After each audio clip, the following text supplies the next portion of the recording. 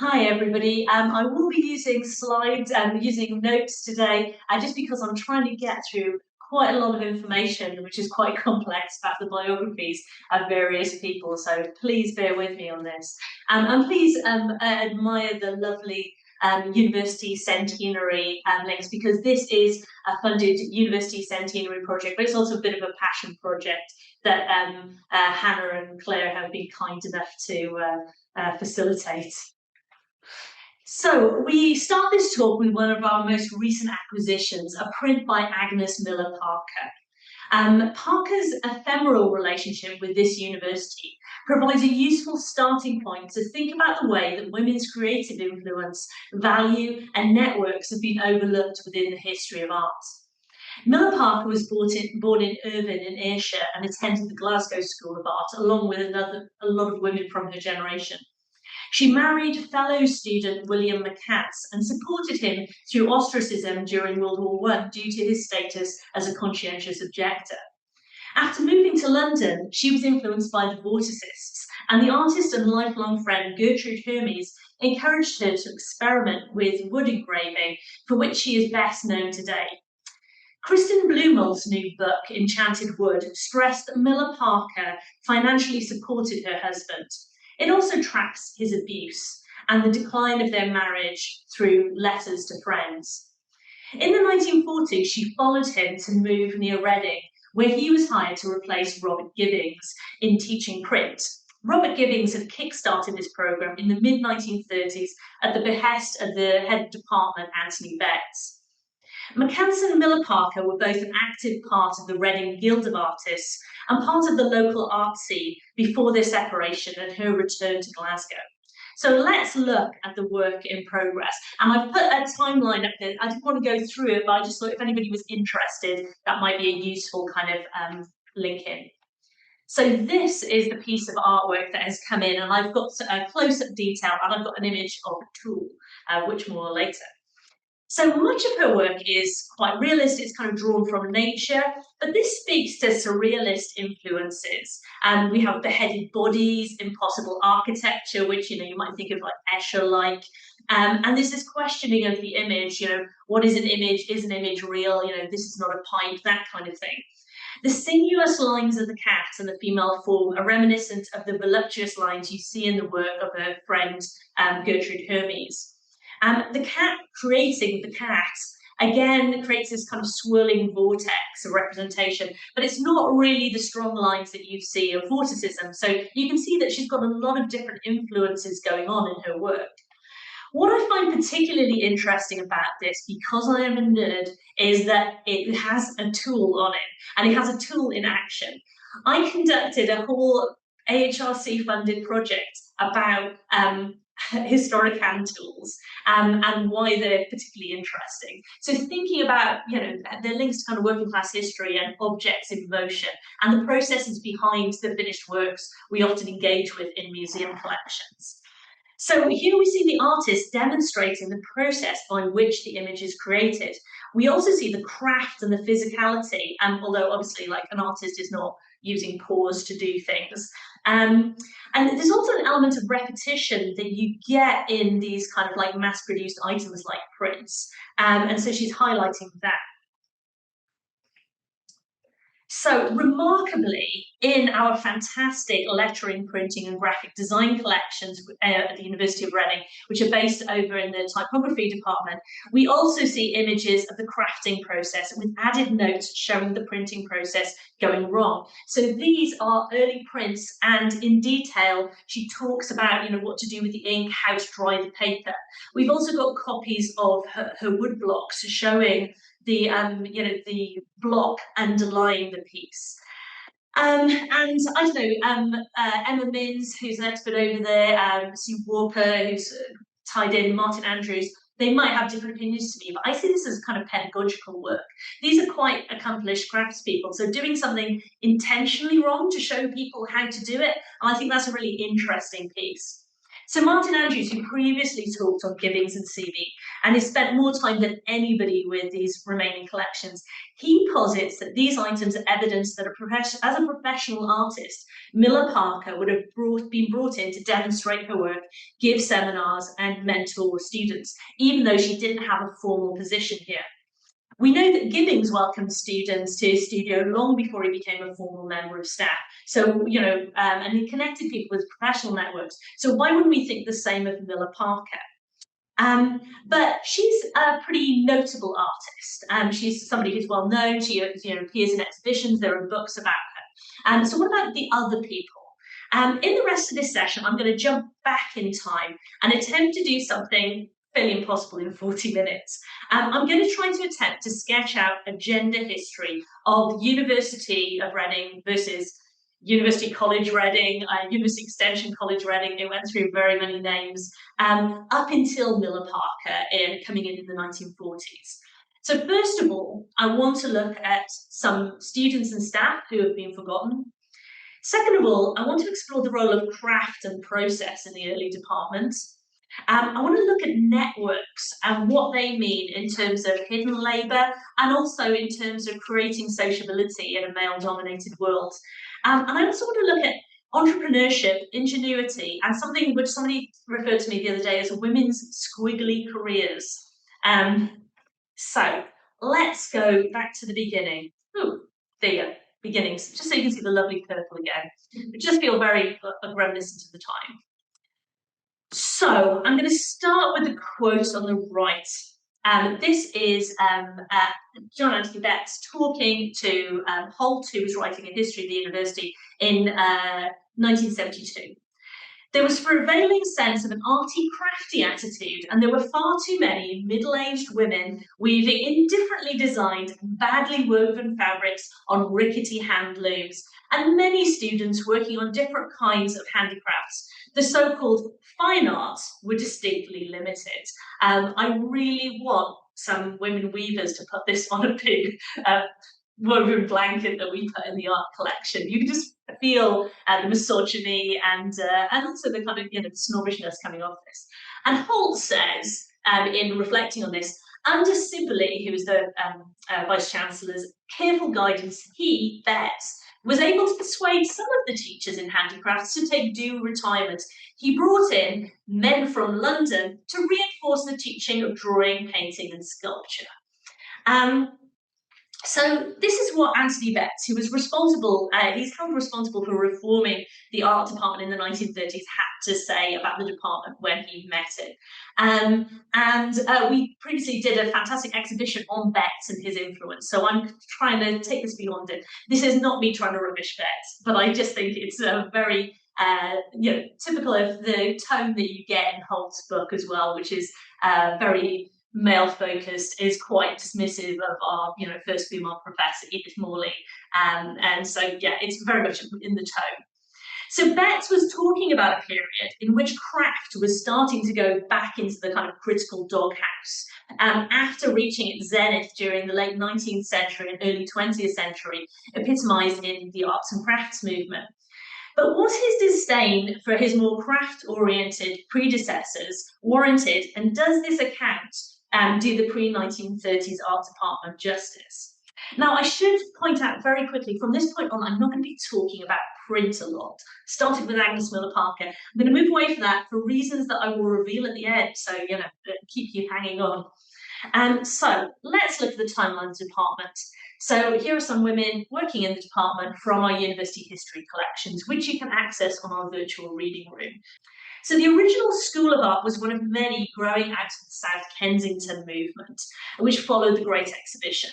The purpose was to bring art and craft education to the masses with a focus on artisanal entrepreneurship.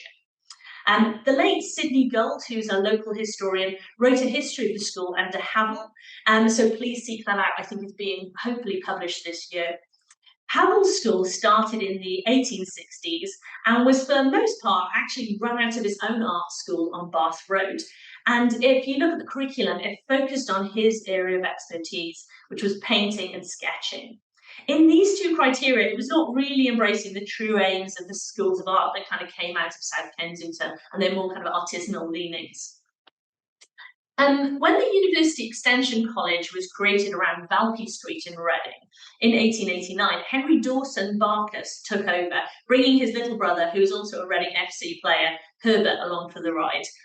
The brothers had an impact on the teaching of art in the region for a long time after their relatively short connection with the fledgling college, and they do deserve more attention, but I'm just looking at women today, so somebody else can do that. After tendering his resignation in 1889, Henry Barkas immediately started his own competing Reading Government Science and Art classes and School of Painting in the South Kensington style, with the support of local dignitaries. Actually, as it turned out, the university ended up doing an awful lot of evening classes and doing a lot of stuff with the working people of Reading. And I think that might have been ultimately why it failed. I think it might have been set up as a suggestion that that wasn't going to happen going forward. And he spent most of his career at Reading School. Now, interestingly, their wives were heavily involved in crafts, with Mrs. Barkas Senior, as she was known, establishing the Reading Guild of Needlework. And they remained part of the local crafting community up until World War I. Also known as Louisa May Broad from 1872 to 1964, she was a student at the Reading School of Art before marrying. Louisa and Henry's daughter, Edith Mary Barkas, were before marrying. Louisa and Henry's daughter, Edith Mary Barkas, was also a prominent local art teacher, and in the 1920s, she even briefly set up her own craft shop with Eleanor Scrimshire from the Reading Guild of Artists. Ironically, near the site of her father's failed school. So there were no women on the arts staff during this period, and while there was wood carving in the department under Barkas, the focus was largely still on painting and drawing. There was needlework, but more in the area of dressmaking and mending rather than as an artistic practice. And this continued in the School of Domestic Science up until the end of World War II, where these kind of moved out into largely into Reading College as a technical college. So let's zoom in on this image. So our story really begins with Barkas tendering his resignation in 1889 and the hiring Walter Crane, Frank Morley Fletcher and Julia Hilliam around 1897. We think this image is from around 1900. This period starts to see the start of women in the department and the real embracing of craft practice. Crane and Morley Fletcher both have strong profiles, and we know that Crane's strong connection to the arts and crafts movement. Crane was largely an absentee landlord in terms of his running of the department, and Morley Fletcher did a lot of the heavy lifting, along with people like Alan Seaby that Martin's talked about in the past. But he remained honorary director up until around 1907, until Collingwood took over. Hilliam, Julia Hilliam, who I'm going to talk about now, was also a member of the arts and crafts movement and was friends with May Morris, but she's largely forgotten today. In the image, we see a basket, but we also see examples of furniture, of wood carving on the shelves behind. There's a textile laid out on the table, but the women are also wielding a mallet and some kind of engraving and carving tools. I even suspect that one of these women might actually be Julia Hilliam. I should also note that this is possibly the whole department. When Kathleen Hale came here in around 1950, there were only 5 people on the course. There were much smaller classes. The neoliberal class sizes of the 21st century, in terms of having hundreds of people in classes, were not the case at this point. So I wanted to do some recommendations as well, 2 absolutely beautifully produced books that I've been using to feed into this. Looking at Zoe Thomas's work, Women Art Workers and the Arts and Crafts Movement, it's one of the few places, she's one of the only researchers I've found who's really picked up Hilliam. She's recognised, but she also sees this as a pattern in other lives that she's covered. And the women featured in Livingstone's edited edition, which has like short biographies, and there's also, as you can see from the front cover, an absolutely beautiful coffee table book. And it's also in things like the Now You See Us exhibition from the Tate, the Look at Women Artists. There are similar patterns of work and livelihood that come up again and again. So I'm going to try and draw out some of these trends. Let's look at Julia Hilliam, 1871 to 1959. So Julia Hilliam is staring down the barrel of the lens. She looks amazing. She's not carrying a witch's hat, even though I did think so in a slightly blurry one. Directly behind her, the shorter of those three men is Alan Seavey in the centre, and the taller blonde man is Frank Morley Fletcher. To the other side of Seavey is a man called Robert Gettins, who was an international football player and the master of method in the education department. I mention him because he was the husband of Kate Legg, who is part of this arts and crafts movement.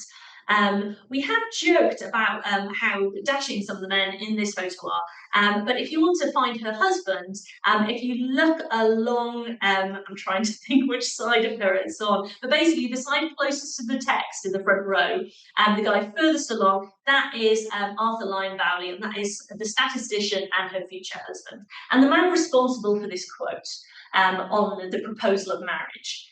We will labour truly for the common weal. I propose no unequal match where you should be merged in my work, though I hope you will inspire it, but where we should both be cultivating such talents as we may have, and cheering and helping each other. I, at least, certainly need this support. I feel that last sentence is a bit of a red flag. So, let's talk about her career. After her father went bankrupt helping a friend, she and her sister were raised by two maiden aunts. As a child, Julia had ongoing eye problems and had periods where she had to have her eyes completely covered up, which is interesting for a carver. When her aunts moved to London, she got free, in the words of her daughter, and gone on the South Kensington at the School of Art Wood Carving, where she was taught by Eleanor Rowe. In the 1893 Arts and Crafts exhibition, Rowe acted as the organiser of woodwork classes, and she wrote in 1896 hints on wood carving for beginners, so she's very much part of this arts and crafts world. And she supported Hilliam after she graduated, opening kind of exhibitions and things as an honoured guest. Hilliam was influenced by Ruskin and Morris and was a close friend of May Morris. She contributed to home art work with Selwyn Homage, and Walter Crane. So she was clearly part of the arts and crafts scene. In 1899, she was a contingent representing handicrafts at the International Congress of Women, which is an incredible resource showing all the different kind of roles that women have in the world of work. And she talks eloquently about wood carving, the need for professionalism, and describing her teaching practice. After graduating, she lived in Windsor, teaching and looking after the aunts who had actually used up all their money. She had a small studio at 3 Park Street, which is just near the gate to Windsor Great Park. While there, she started an acquaintance with fellow artist, Her Royal Highness Princess Louise, one of Queen Victoria's more wayward children. As far as we know, we have no items made by Hilliam in the university. I'm willing to, hoping that that's not actually the case. The Royal Collection also does not list her work, and there are no pieces on Art UK, which is a good place to look for public art. And I think this is largely to do with the fact that these are wood carvings. The wonderful community of Tresham have one of the finest collections of Julia Hilliam's wood carvings. And so I give my utmost thanks to Susan for venturing out with a stinking cold in the middle of January this year to take photographs, which I'm going to use on the next slides. So Hilliam was a devoutly religious woman, so it's perhaps fitting that the only record of her work currently survives in small churches around the UK. So here are some of her works in collaboration with Archibald Standish Hartrick in Tresham and Alderley, with a close-up of the reredos in the next slide showing the work. So these are designed by Hartrick, but I can draw you a picture of an angel, but that doesn't mean that it's going to look as beautiful and three-dimensional as this. So it is a fantastic collaboration. So yeah, these are still there. Please do go visit. So this is in St. Kenelm in Church in Alderley. And in this, the second one, you can see just under the kind of the logo for the university, you can see the detail in the wood carving that Susan Whitfield has managed to expertly photograph. But you can also see a bishop's chair, you can see altar ends, and you can see an altar table. So it's a whole kind of scheme of work for this place. Absolutely fascinating. I've found little bits of her pieces around Berkshire, but please look out and try and find out more. And So when she married Arthur, he promised, as we saw in the previous quote, a marriage of equals in which they could both maintain their careers. And to be fair, she kept working after marriage. Reading did not use the marriage bar. It kept allowed women to stay on if they wanted to. She gave up her role at the university in 1908 to raise her three daughters. Her time also got taken up supporting Bowley and with voluntary work as a hospital quartermaster for Inniscarra War Hospital during World War One in Reading. She also put her creativity into other ventures, envisaging an arts and crafts style house on Northcourt Avenue, designed with architect Violet Morris, one of the first women to join REBA. And you know, if you've got the Northcourt Avenue book, Reading people, then you can find out more about it. She had a studio in the house with a system of pulleys. They left Reading in 1919, but the house is still there, and I've seen it. It is beautiful. She continued throughout her life to practice various crafts such as weaving, leatherworking, and bookbinding, but never on the professional scale. Her daughters recognised the sacrifices she made for them. Her daughter Marion became a professor of economics at UCL, even though Bowley was not too keen on his daughters strangely going into higher education. And Agatha was a prominent child psychologist who also wrote a biography of the family. So I'm going to talk about this period kind of moving outwards from Hilliam and thinking about the community that she was a part of and helped create. And that's why I call it crafting community. So this is what's going on in the department in the early 1900s. You can see some of the diplomas people have graduated with. And you can graduate with wood carving, metalwork, and embroidery. These are from our university calendars, which have recently been digitized. And again, you can see them on the virtual reading room. So what can we say beyond Hilliam? Zoe Thomas and Livingstone stress the importance of valuing women's networks. Traditional histories of the arts and crafts movement stress membership of exclusively male networks, such as Ashby's Guild of Handicrafts and the very gentleman's club atmosphere of the Art Workers Guild that excluded women up until the 1960s. The Women's Guild of Art was founded by Hilliam's friend May Morris and Mary Elizabeth Turner in 1907, but even before that we see women's networks. But this is kind of not purely London-centric. You do see things happening in other major cities. But what's happening in Reading, which as much as like we like to think we're, you know, a big city, we are like a relatively kind of like regional spot. So in this clipping from the university calendar, we see what was on the curriculum during this arts and crafts flowering. We see a range of crafts and the names: Wilson, Stuckey, Collingwood, and Mags. So let's try and trace a couple of them. And some of these biographies are very short, some are more detailed. They're not all going to be as fulsome as Hilliam's. So metalworker Kate Legg, who was married to the very dashing, mustachioed Gettins, she seems to have had some kind of informal demonstration role in the department before marrying the master of method, working class hero, and Reading FC football player Gettins in 1904.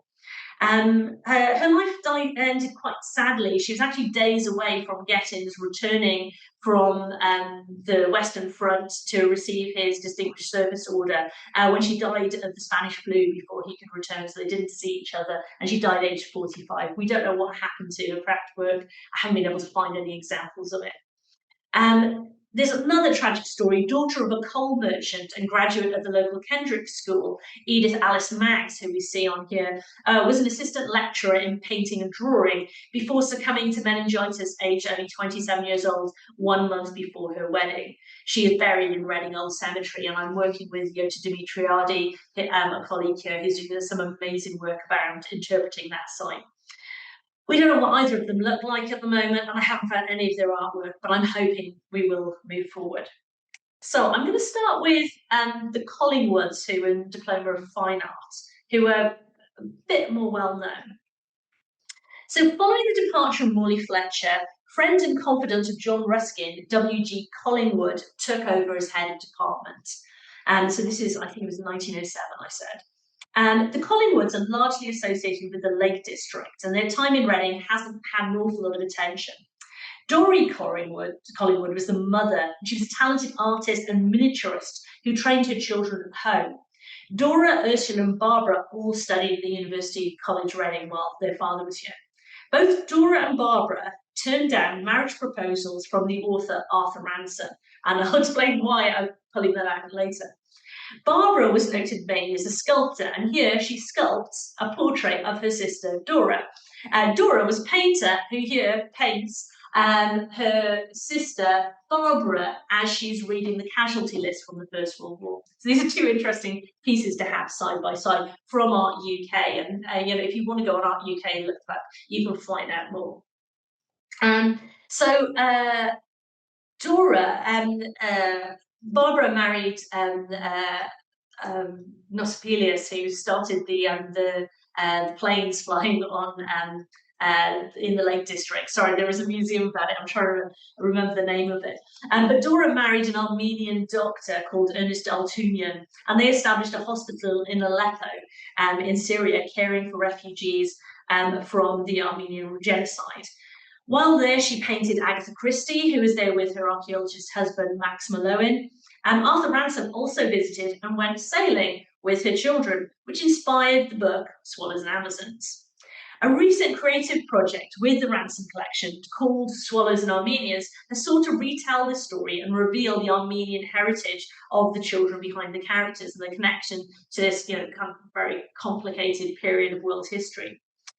The sisters are both listed in a newspaper article as displaying their work locally in St. Lawrence's Church, which is in the centre of Reading, near Reading Museum. And I'm on a mission to hunt down Barbara, who is described as having an image of the students in an art class actually doing work. So it would be amazing to find that. And you also see in the same exhibition Hilliam, Stuckey, and Wilson, and others from our list. But they basically split the hall. So all the fine art, which the Collingwoods were definitely in, were in one bit, and the crafts people were in another bit.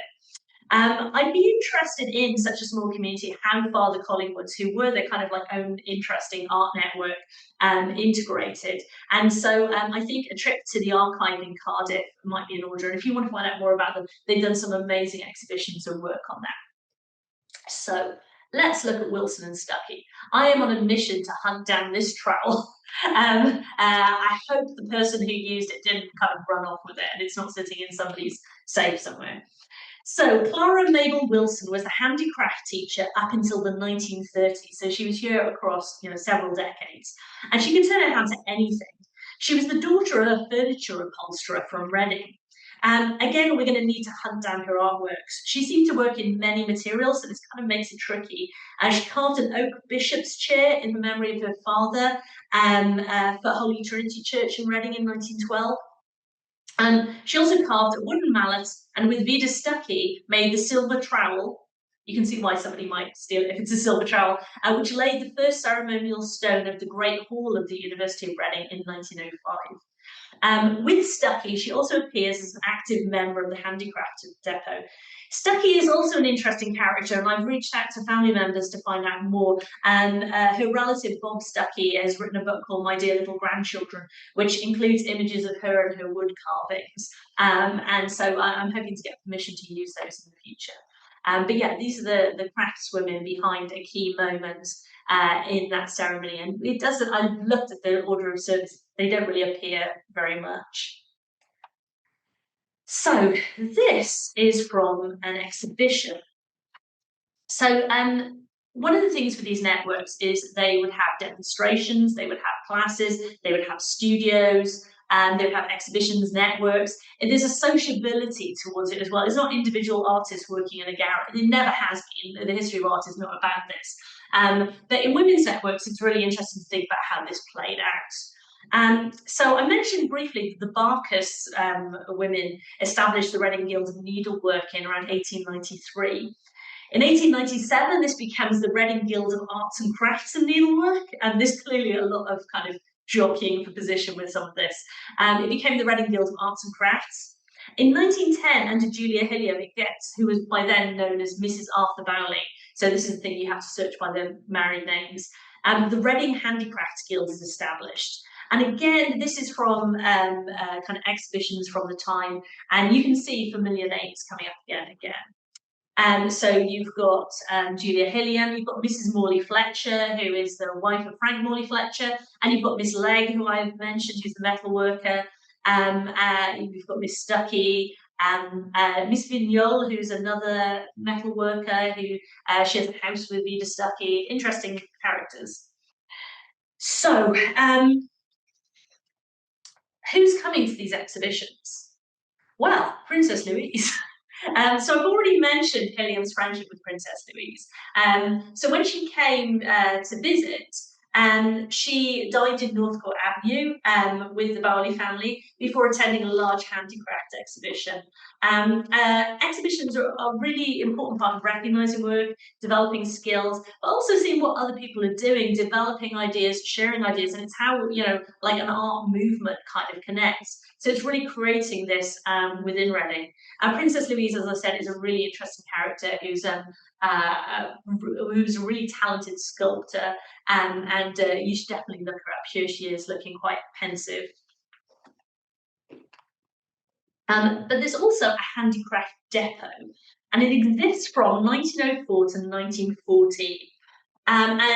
Sorry, I realise I am kind of like putting up bits of newsprint and stuff like this, but I'm just basically trying to show my working. I'm not expecting you to read all the tiny fonts. But if you're watching this again later online, you can freeze and have a look at it. So this is largely, if you are from Reading, in the entrance to the Harris Arcade, it's the side that is the Barber's. Strangely, Midrib Plants, which is no longer there, was the former shop of our former art curator, Jackie. So yeah, this is where it is, and they would have live demonstrations as well as selling items. What we're seeing here is really important.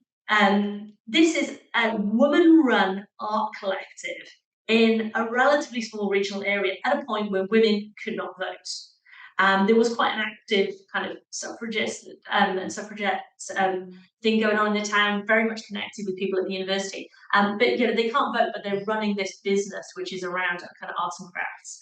And Zoe Thomas notes that having studios and shops was unusual and kind of source of tension and frustration for women, something they really struggled with.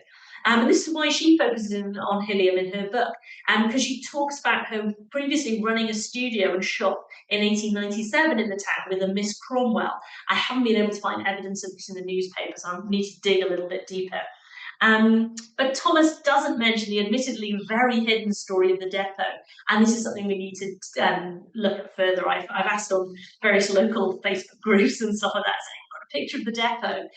So if we can find old photos of the Harris Arcade and stuff like that, that would be great. And so this is in the run-up to the First World War, and I think from that we can kind of see Hilliam's influence pulls away with her children and her work in the war hospitals.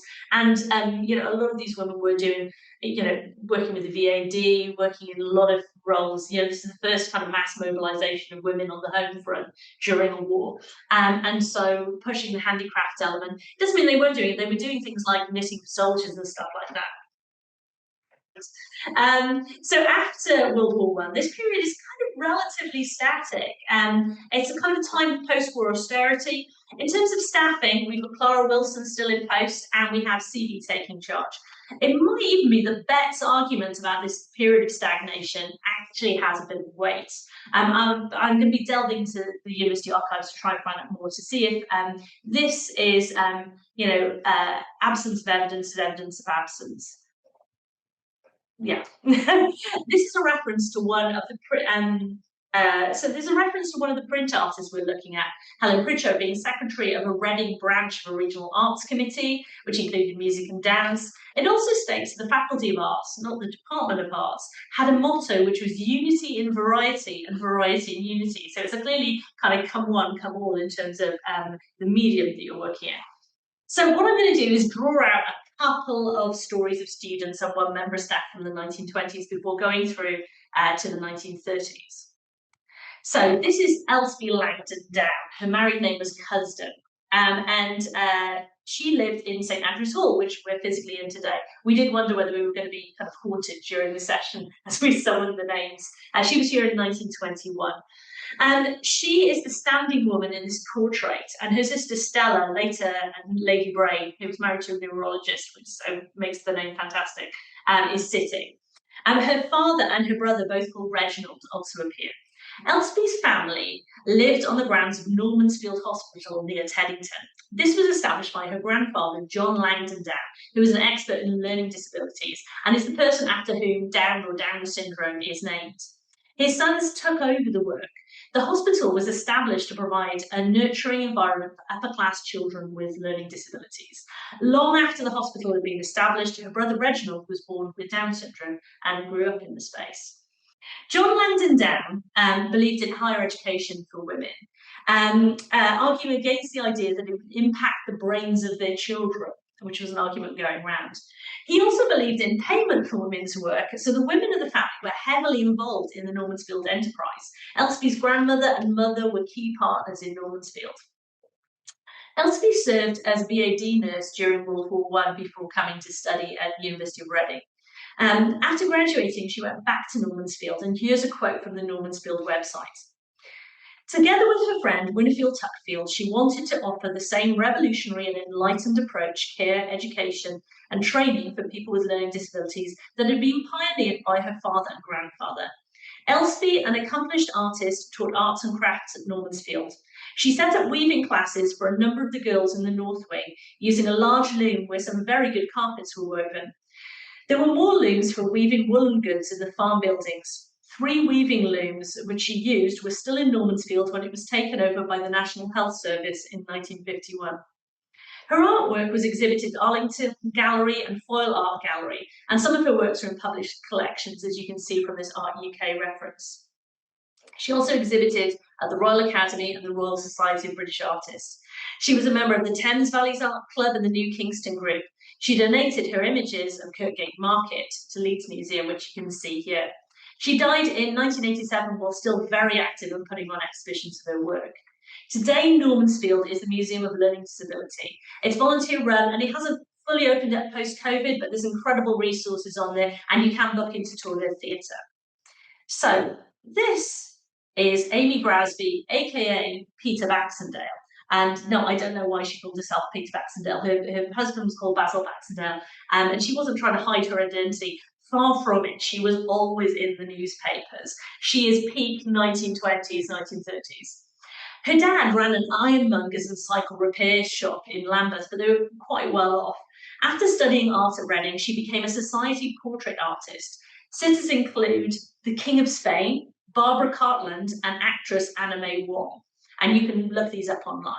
She was also something of a performance artist, sitting in disguise at an Earl's Court event, hiding her identity in order to do portraits, and then suddenly revealing herself to be the infamous Peter Baxendale, and then people started rushing to her to have their portraits sketched in a couple of seconds. For 2 years, and if you're wondering what's going on with this picture, she travelled with her husband in a caravan and her dog Simon, which is the name of the celebrity dog Dalmatian, during circus life. I can't find these. Apparently she exhibited them in a kind of circus tent, again in this piece of performance art that sounds like it would win the Turner Prize today. I also wanted to note that while she is known for her paintings and drawings, she also had a clothing line and opened a shop called Nigel. And so we see this entrepreneurial and kind of applied aspect of her art coming through as well. She sounds absolutely amazing. I love her. She looks so dramatic. She's so extra. And every story about her is just extra. We've got a lot of very worthy people, and she is very much like like Jeeves and Wooster or something. So Faith Ashford I absolutely love. She's very different from Peter Baxendale, but she is a really strong woman. So she was taught handicrafts from roughly 1920 up until 1935, alongside Clara Mabel Wilson, who started out with the Arts and Crafts gang. Faith lived on Matlock Road in Caversham with Miss Pritchard, who ran a school for children with learning disabilities. Faith had a large loom upon which she wove fabric for her own clothes, so they were kind of an unusual household at the time, as somebody mentioned in the history of the Reading Guild of Artists. Given that Ashford and Clara Mabel Wilson both retired following Bett, these are the 2 middle-aged women on rickety looms that we can suggest were the people that were fired or encouraged to retire. Wilson was nearing the natural retirement age, and she was turning 60 in 1930. Ashford was born in 1885 and would have only been 50 when she took retirement. But I like that she was the worm that turned. After being a lecturer in handicraft, she retrained as a painter and she got an MA in fine art. And today there are more of her artworks in Art UK than there are Anthony Betts. So she moved to Mevagissey in Cornwall with Miss Pritchard, and she set up her own art school and a cafe in a converted forge in Pentuan. I'm mentioning this because there's a great story about her and the reason why I think she's amazing. Faith had a 3-foot-high wall built to block the view of a bit of scrubland owned by Pentuan Docks Company. The challenge was that it was on Pentuan Docks Company land. For months, she was called into court by the company and playing a dotty little old lady card with increasingly exasperated judge. And so she'd say stuff like, I'm fast, I'm on typhoid diet, I need all my strength for my art school, I can't tear down the wall, oh, the person who's going to tear down the wall can't make it today. In November 1959, the judge gave her a last chance, but she refused to yield, referring to her beautiful wall and calling it a matter of conscience. As a result, he sent the 75-year-old Faith to spend her Christmas in Exeter jail. This is pre-central heating. After her 100-day sentence over Christmas, she relented and she had to tear the wall down before they'd actually let her out of jail, but she was allowed to be released. She died in 1967, leaving land for children's playgrounds in the local area. I should note, this is the picture of her 22 years earlier before she was a jailbird, so she's already looking relatively fresh. And this is from an article about her work with the Reading Guild of Artists. Now, in 1935, she left, freeing up paid posts. Now, it would really fit my narrative, Betts being, against crafts, if suddenly this gets filled with gibbings and printing takes over. But it's not the case. Things aren't that neat. So let's look at the 1930s. So you can see, indeed, Gibbings shows up as a lecturer in typography, but above it, we get a sessional lecturer, sorry, you can't see it that way, but a sessional lecturer in embroidery, design, and subsidiary crafts. So they do change the title from handcrafts. Valerie E. Bayford. So did he really have it in for all women who crafted? Again, because the nature of Valerie Bayford's work, it's kind of hard to track her down. We get a great quote here from Hugh Finney. She designed an embroidery work for St George's Church in Reading in 1945. So if you are local, please get on the hunt. I think hopefully give you a lot of clues. And her credentials in the university calendar say she studied at the Slade. So she might have seen as having the credentials compared to the other craft lecturers. She was part of the Chiltern group, displaying alongside Betts, and seems to be the only crafter in the group. Hubert Finney also credits her with being a key part in this quote of connecting the town with artists through the RGA. In 1938, she was elected as a member of the National Arts and Crafts Society at the same time as Gibbings, and had works on display at the Royal Academy. So again, her work was valued beyond embroidery circles, and she was working at the, she was also working with the National Embroidery Guild. She died aged only 47 after what seems to have been a long illness. So now I'm going to talk about Guild Wars. It's not as exciting as I've tried to make it sound. So did Betts have it in for crafts, or was he just a bit of a snob in terms of who he wanted to hang out with? Apparently he was quite dismissive of a lot of places. Sheffield came in for his ire. So here are 3 groups that he was a member of during the 1930s, which suggests he might have seen Reading as a bit of a backwater and just being kind of snobby in general. Reading Guild of Artists. Betts, according to the RGA themselves, was a bit hands-off. The secretaries of the RGA were often women, with people like Peggy Barkas and Eleanor Scrimshire, who I've previously mentioned, playing a major role in making the whole thing run. But only in the last few years have we actually got a female president. It's been all male presidents up until this point. I love the RGA, no offence, but it's an interesting thing to see. Again, this role of women kind of behind the scenes in his networks. Interestingly, the first president, Alan Seaby, notes in his opening address, the crafts were very welcome, but how long that lasted in terms of the kind of artworks brought in. The Chiltern Art Group was a very short-lived group from 1934 to 41, and this was seen as elitist by the RGA, and it was basically the University Art Departments plus honoured friends such as Mark Simons and Eric Kennington. It seems to have been a thorn in the side of the RGA drawing some kind of notable local professional artists into its sphere. However, when it dissolved in 1941, Pierce, Gibbings, Ormerod, and Valerie Bayford joined the RGA, and Valerie Bayford seems to be an active member, so there's no real hard feelings. The Reading Art Club runs from 1932 to, I'm not entirely sure when. It was started as a rival to the RGA by Yates, who did not get on with A.C. Carter, who was the sculptor in the department, who was president of the RGA. This is according to Will Wilder in the history of the RGA. Its president was McElroy, who owned a restaurant and was not an artist. And they were held at his tea rooms in the Jacobean restaurant. It seems to be more open to the public, arguing that it was the more democratic club in the school. Local people were able to submit items, including, from 1933, a craft element. That year, a dainty table centerpiece by an Egyptian artist named Miss Yusuf is highlighted for praise. So we are going to be talking, we've identified some people who are RGA, may have items in Reading Museum, and I'll link to this. So these local networks, I think there's potential with national networks, but also local networks. So given the squiggly careers of women and occupying these kind of roles, I think this is potentially a really interesting place to look at next. But there's something else I want to do. So I want to wrap up by looking at what more we have to do. This has so far largely been a story of white middle-class women, and we want to expand this further. Dr. Mara Thornton's blog and Understudied History looks at photographs of students of colour in the university archive. Emma Minns in the collections and typography, lettering, printing and graphic design collections identified an album in the Alan Seavey collection which had photos of old students and spotted these two students.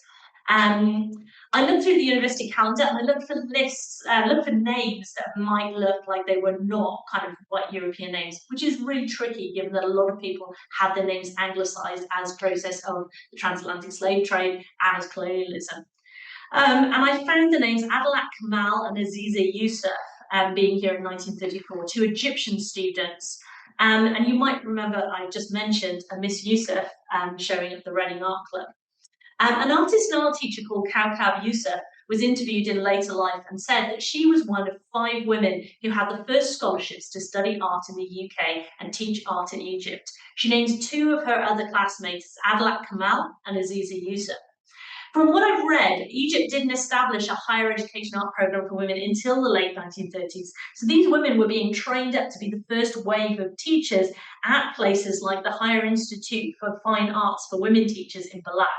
And so they're basically teaching women at a higher education so they can go and be art teachers in schools. It's a really interesting thing. There is some academic work on this, but it tends to focus on bigger artists like Menhat Helmi, who got a teaching diploma at that school before she went to the Slade. Now, Dr. Adalat Kamal, and note the doctor, is listed as a teacher at the Higher Institution for Fine Arts for Women in Balak, and an online biography of Rhea El-Namir. Dr. Adalat Kamal is also listed as co-founding the Egyptian Association for Folklore in partnership with Rhea El-Namir and Dr. Abdal Rasik Sedki. Now, there's more about Al-Namir online, and she was creator of a large folklore collection. When we talk about folklore here, we're meaning kind of crafts and traditional crafting techniques. So was Adalat Kamal taking some of these processes and taking them into Egypt? I will want to find out more, but I'll need to wrap up there. But I'm going to end very quickly with mentioning why I'm not talking about printmakers apart from Agnes Miller Barker. Imprint is an exhibition that will be launching in June of this year, 1st of June, and I've contributed the research to this, but we're also working with one of our students, Jay, and Hannah and Claire, to put this on in the Staircase Hall, and we'll be looking at women printmakers who worked with Seavey and Gibbings. So this is not the end of talking about Reading's women artists, and hopefully there will be more exhibitions like this, and we'll focus on maybe printing next time, maybe in a collab. Thank you very much.